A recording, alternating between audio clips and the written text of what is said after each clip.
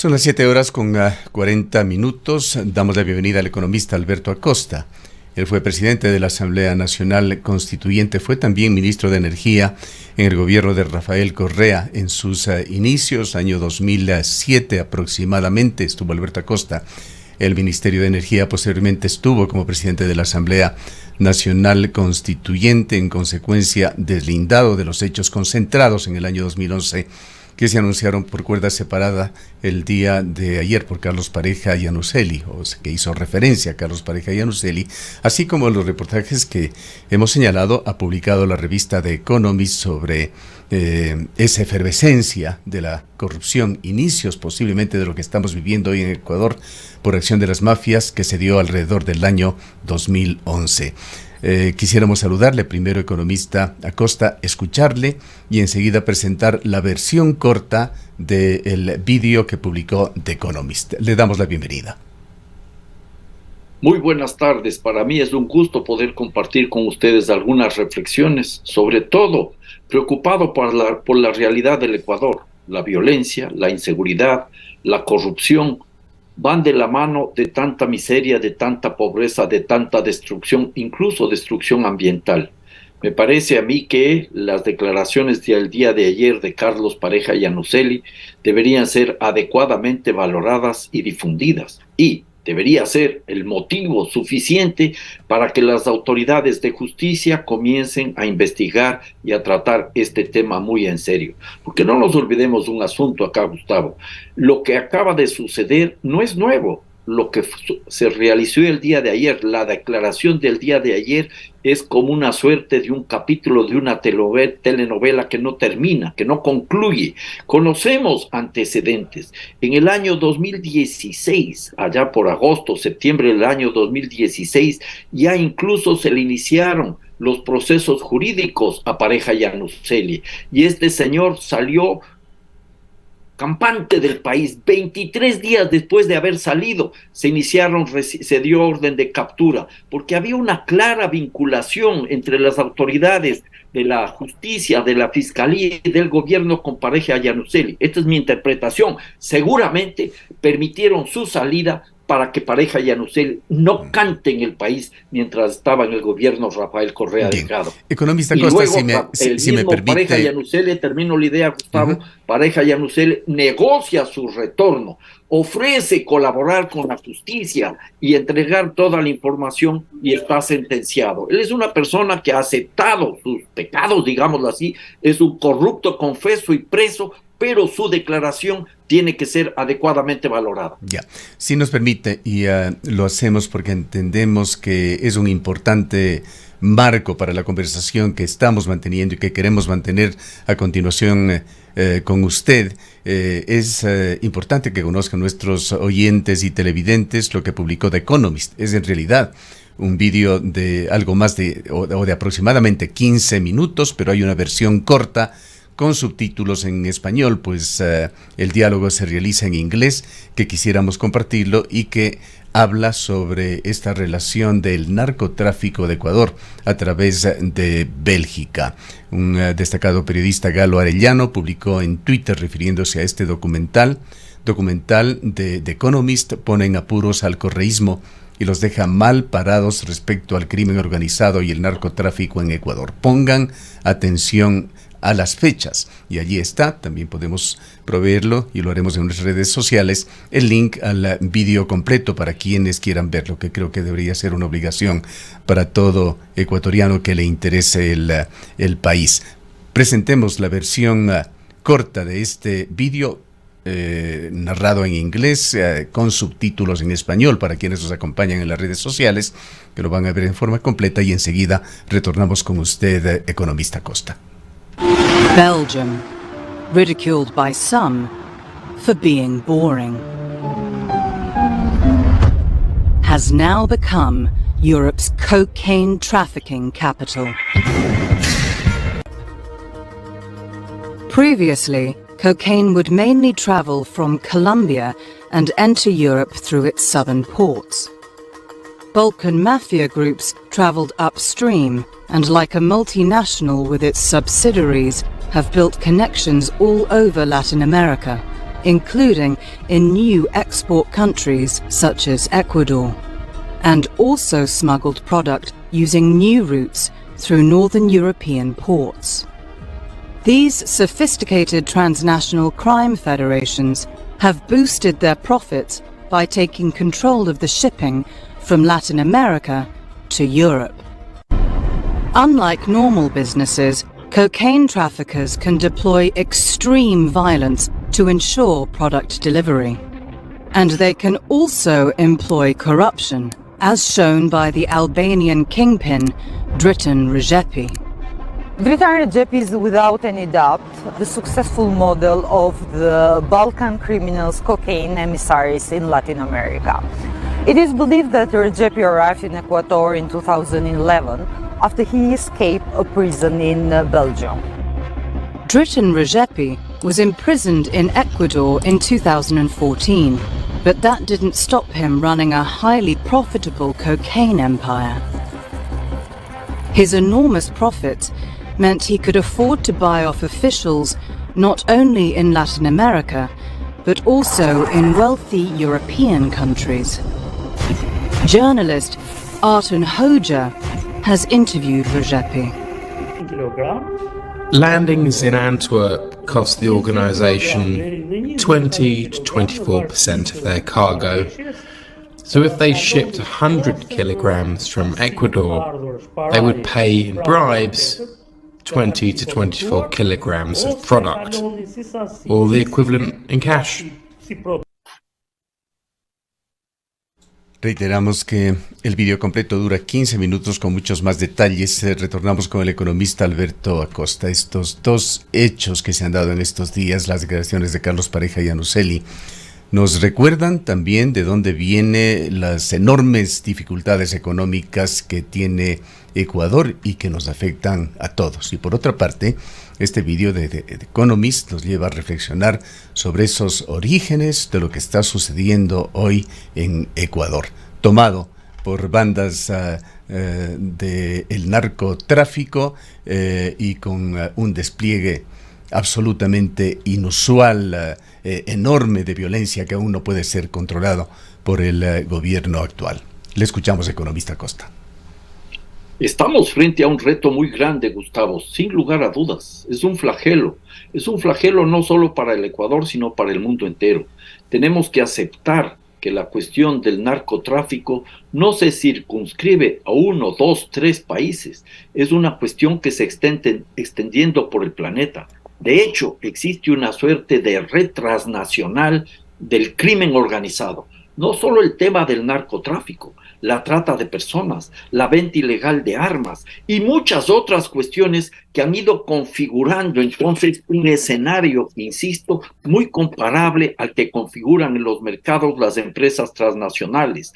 La triada China, la yakuza japonesa, son organizaciones criminales como las mafias de los Estados Unidos o lo que fue la mafia de Italia, que se van infiltrando en las sociedades, infiltrando en los estados y van pervirtiendo las institucionalidades jurídicas y democráticas, y a la postre pasan factura a los países.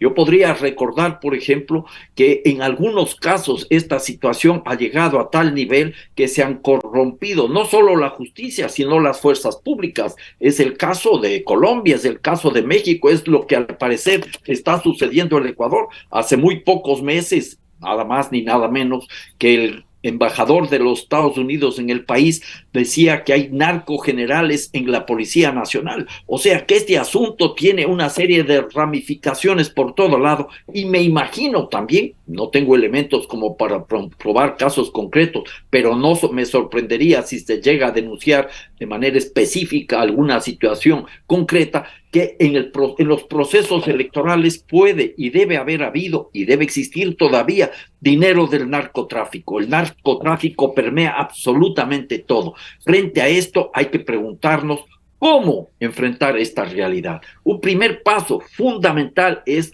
tratar de identificar qué significa la corrupción.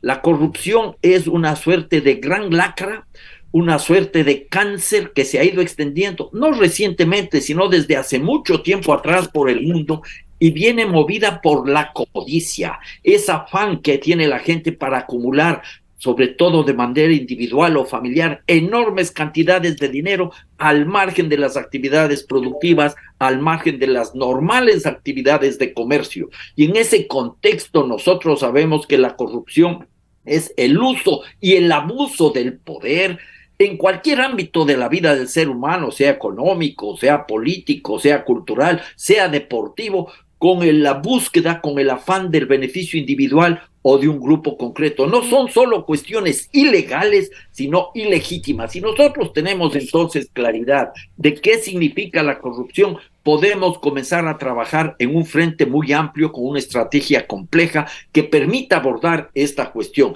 Y una de las primeras tareas es la transparencia. Esto es grave, esto es preocupante. Se presentan denuncias de corrupción, no solo vinculadas al narcotráfico. Refirámonos nuevamente al tema de la corrupción en el ámbito petrolero.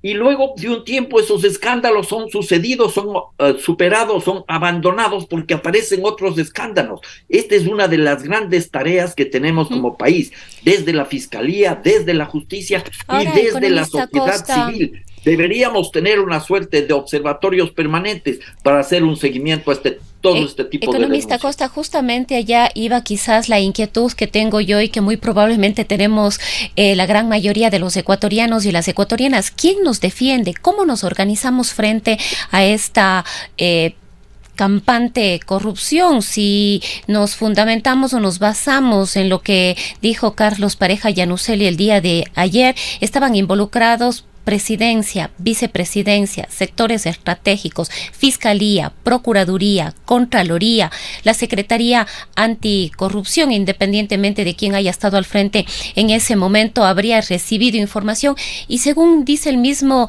Carlos Pareja Yanuseli, nadie, absolutamente nadie hizo nada al respecto. Y vemos que las cosas avanzan de a poquito cuando desde el exterior, desde los Estados Unidos, la justicia, que no es la ecuatoriana, sale con alguna información importante que pueda tener cierta incidencia acá. Caso contrario, las cosas simplemente no avanzan. ¿Cómo nos organizamos? ¿Qué hacer frente a esta situación? Es una problemática completamente difícil, compleja. Sin lugar a dudas, es un asunto muy complejo. Sabemos desde hace tiempo atrás que gran parte de las instituciones del Estado están infiltradas por la corrupción. Una corrupción en donde no solo debemos ver el lado estatal, sino también el lado privado, porque casi siempre esa corrupción tiene actores en el sector público y en el sector privado simultáneamente.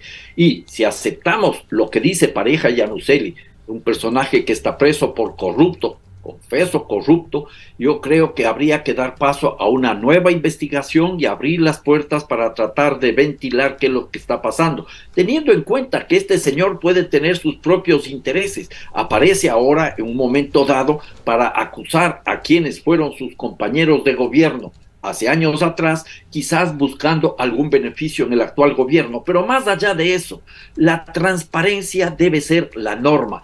Todo debe transparentarse. En estas circunstancias, la sociedad civil tiene que organizarse. Tendríamos que tener la mayor cantidad posible de observatorios ciudadanos para seguir estos casos de corrupción, seguir transparentándolos, seguir reclamando, seguir presionando a que la justicia y sobre todo la fiscalía actúen de una manera adecuada. Pero me parece importante, no creo que debemos estar confiados a que eso suceda, pero debemos aprovechar esta situación, que la justicia norteamericana nos ayude a aclarar estos hechos. Sería fantástico que la justicia norteamericana, ante la pasividad, quizás ante la complicidad de las autoridades judiciales y de fiscalía en el Ecuador, hagan un trabajo que nos permita a nosotros conocer mucho más cómo se han desenvuelto estos casos de corrupción. Me parece que ese es uno de los grandes retos. El problema aquí es que muchas veces nos encontramos en una situación compleja y difícil. Se le invita a este señor Carlos Pareja Yanuseli a la Asamblea Nacional, y quienes se oponen a que se haga transparente esto, al menos inicialmente, UNES, los correístas y el Partido Social Cristiano. Menos mal que el partido de Guillermo Lasso no estuvo en esa línea como ha estado en otras oportunidades, pactando permanentemente lacistas, nevocistas, correístas, tratando de ocultar todas las fechorías que han cometido en nuestro país. Es muy importante entonces que como sociedad civil presionemos, hagamos un esfuerzo para transparentar todas estas realidades, porque no puede ser posible que la corrupción termine por corroer incluso la democracia en el Ecuador.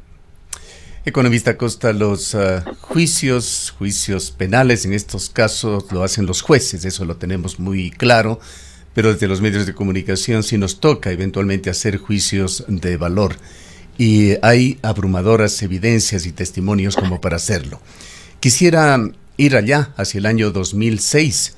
Ya nos conocíamos, y perdone la primera persona, y recordamos escenas del año 2006, cuando usted promovía a Rafael Correa con enorme entusiasmo, y Rafael Correa luego, aproximadamente en el año 2009, debe ser, se declaraba el primer acostista.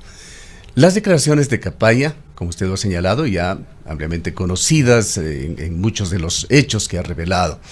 Ese reportaje de The Economist, sumado a esto, configuran una acción de mafias infiltradas. Y diríamos, no solo infiltradas, sino ejerciendo poder, ejerciendo gobierno en Ecuador. Quisiera preguntarle con su agudeza mental, ¿cuándo se dio cuenta usted sobre quiénes eran sus coidearios del 2006-2007? Bueno, en el año 2006 propusimos nosotros un plan de gobierno del Movimiento País. Invitaría a leer la versión de ese plan de gobierno que está disponible en las redes sociales del día 26 de noviembre, poco antes de que se realice la segunda vuelta electoral en la que ganaría el que sería luego presidente de la República, Rafael Correa Delgado. Ahí establecimos elementos alrededor de la cuestión de la corrupción. Ahí definimos la corrupción como acabo de definirle hace pocos minutos. Ahí establecimos la necesidad de la transparencia y hacer de uno de los grandes ejes de la Revolución Ciudadana, algunos recordarán, eran 5 ejes: la lucha contra la corrupción, una revolución ética y la lucha contra la corrupción. Yo creo que ahí nosotros dijimos con claridad ¿qué es lo que queríamos hacer? Planteando un gobierno que no sea caudillesco, un gobierno que establezca los mecanismos para ir tomando decisiones de forma democrática, horizontal, participativa. Lamentablemente nos salió el tiro por la culata. Yo estuve al frente del Ministerio de Energía y Minas desde el día 15 de enero del año 2007, que fue el lunes creo, que hasta el día jueves 14 de junio del año 2007. Fui presidente también del directorio de Petroecuador y siempre tuve problemas con Pareja Yanuseli, porque este personaje trataba de boicotear las políticas que llevaba adelante el ministro de Energía y Minas, quien les está hablando este rato, en la época era yo. Entonces, este señor, por ejemplo, les doy un caso concreto, mientras tratábamos de proteger el ITT sin explotar petróleo, él negociaba a espaldas del presidente del directorio de Petroecuador, a espaldas del directorio de Petroecuador, una alianza con empresas china y brasileña para explotar el ITT. Tuve que intervenir para lograr con una alianza, para hacer simplemente una lectura de las reservas existentes, buscando apoyo de Venezuela.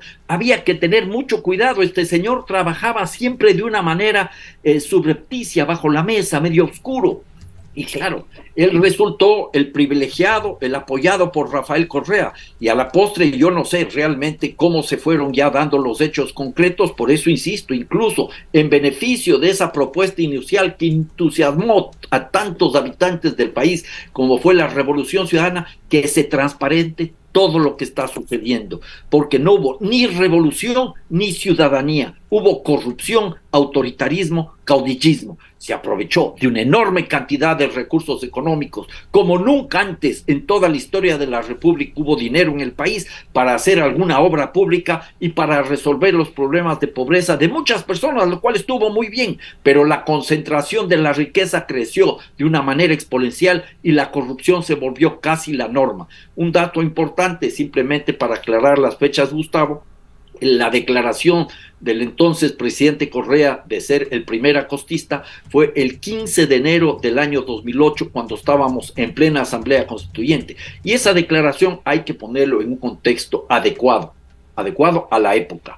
Había en la Asamblea Constituyente inicialmente algunos grupos de personas que comenzaban ya a fracturar el bloque de Alianza País declarándose los correístas de la primera línea, los correístas más correístas que nadie, los correístas que le vieron nacer a Correa, estoy haciendo una parodia, pero entonces Rafael Correa, que todavía estaba apostando por una propuesta democrática, dijo, aquí no hay correístas, y si hubiera correístas yo estoy acostista para tratar de desmontar esas tendencias caudillescas que a la postre se impusieron. Y Rafael Correa se transformó en el caudillo del siglo XXI, el que manejaba absolutamente todo lo que estaba pasando en el país, el que se creía portador de la voluntad política colectiva, el que tenía todas las respuestas y además el único, según su visión, en capacidad de resolver los problemas nacionales. Luego, a la postre, vimos que no tuvo el valor para enfrentar la justicia y está prófugo del país. Ahora, economista Costa, en toda esta rama, que no es una, la de Petroecuador es una, son muchísimas, nos preguntamos hasta qué punto efectivamente se le puede creer, podemos los ecuatorianos, las ecuatorianas creer todas estas declaraciones, denuncias que hizo Carlos Pareja Yanuseli el día de ayer en la Comisión de Fiscalización de la Asamblea Nacional. Ha sido, como usted mismo manifiesta, un sujeto oscuro, alguien que ha estado involucrado, que ha aceptado que fue parte de una trama de corrupción dentro de Petroecuador. ¿Es posible entonces creer en su palabra que lo que él dijo el día de ayer está documentado, tiene todos los fundamentos y las bases para que efectivamente la justicia ecuatoriana pueda dar un paso adelante con lo que se está haciendo al interior de la Asamblea? Definitivamente no se puede hacer un acto de fe. Creer en la palabra de Pareja Yanuseli a secas sería un grave error, eso es evidente, pero Pareja Yanuseli dice que tiene pruebas, Pareja Yanuseli ha señalado algunos nombres, Pareja Yanuseli ha dado pistas. Es tarea de la Fiscalía de investigar esas cuestiones. Nosotros desde afuera simplemente debemos exigir que se transparente eso y ojalá tuviéramos la capacidad para tener una suerte de auditorías ciudadanas, la Comisión Nacional Anticorrupción, por ejemplo, que se apersone de esta situación y que exija la transparencia. Sería genial que la Comisión Nacional Anticorrupción organice una comisión ad hoc para investigar esto y hacer un seguimiento permanente, porque no se trata, insisto, de tomar la palabra de un corrupto, preso, confeso, y hacerla de eso un discurso, una narrativa que sirve para algún interés político de corto plazo. Aquí lo que queremos es transparencia efectiva y esa es la gran tarea. Insisto, la Comisión Nacional Anticorrupción tiene en sus manos una gran tarea que asumir, transparentar este tipo de declaraciones y denuncias y otras muchas que se van superando cada vez más con nuevos escándalos. Muchas gracias, economista Costa, por habernos acompañado en esta mañana. Yo les agradezco a ustedes, les mando un fuerte abrazo y muy buenas tardes. Declaraciones del economista Alberto Acosta Espinosa, expresidente de la Asamblea Nacional Constituyente.